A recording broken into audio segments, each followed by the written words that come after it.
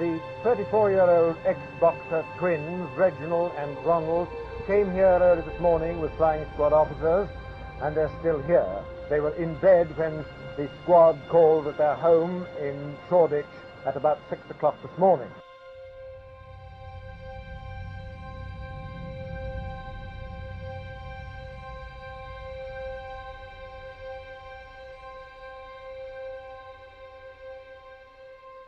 Later, their older brother Charles came here also with police.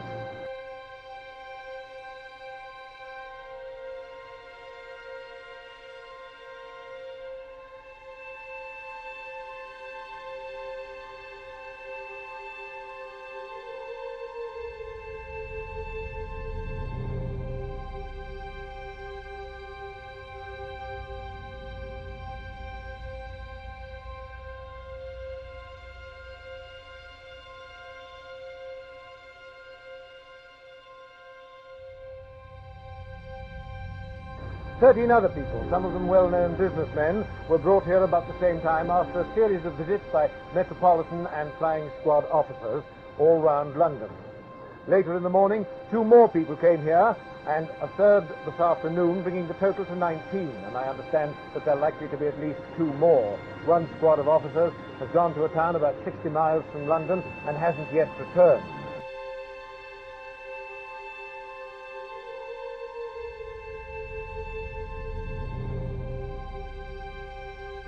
Swoops were carried out under the personal direction of Commander John Durose, who is head of CID operations at Scotland Yard. 2 murder squad superintendents and a number of fraud squad officers have been engaged in the special hush-hush operation which has been going on for over a year.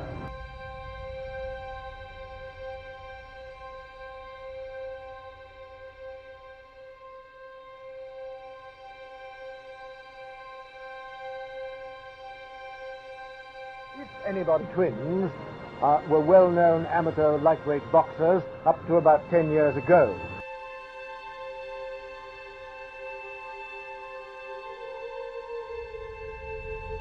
They have wide interests in the theatre and in entertainment, and they're well known for their fundraising work for charity.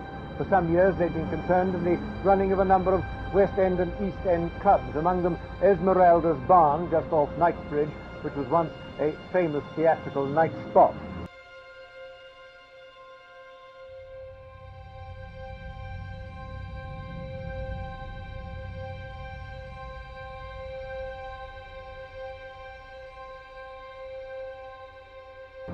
In the East End, they have the Kentucky and the Double R, and they're partners in a hotel in Seven Sisters Road.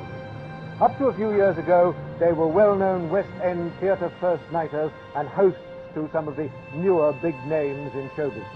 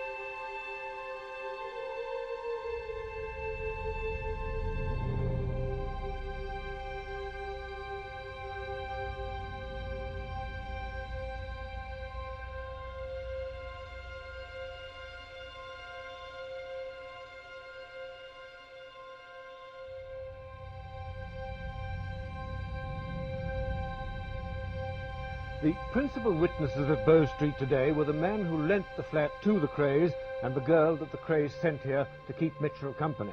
The girl was referred to in court as Miss C. She wore dark glasses. She's a small, softly spoken blonde.